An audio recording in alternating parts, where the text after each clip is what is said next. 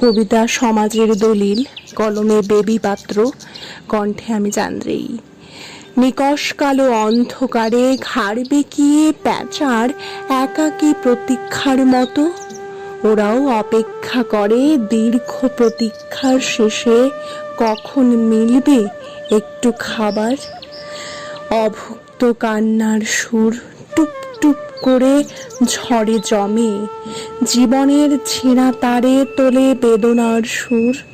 রাতের অন্ধকারে জীবন বিনায় ওঠা সেই সুরে মিশে থাকে কান্নাহারা বঞ্চনা রিক্ততার সুর। সময়ের স্রোতে কেবলই বোঝা বেড়ে তলিয়ে যাচ্ছে গভীর থেকে আরো গভীরে।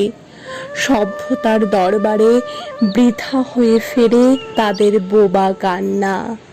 রাতের বুকে শব্দ তরঙ্গ হাওয়ায় কেঁপে কেঁপে মৃত গলির আনাচে কানাচে বিদীর্ণ হিয়ায় মিশে যায়।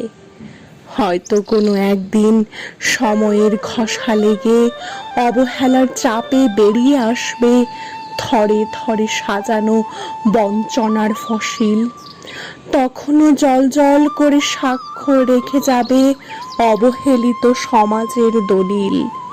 জাতিস্বর হয়ে বিধাতার দরবারে প্রশ্ন রেখে যাবে তাচ্ছিল্যের সাগরে কোথায় পাড়ি দিয়েছিল ওরা, জীবন নদীতে নাকি জীবন নদীর চোরা বালিতে।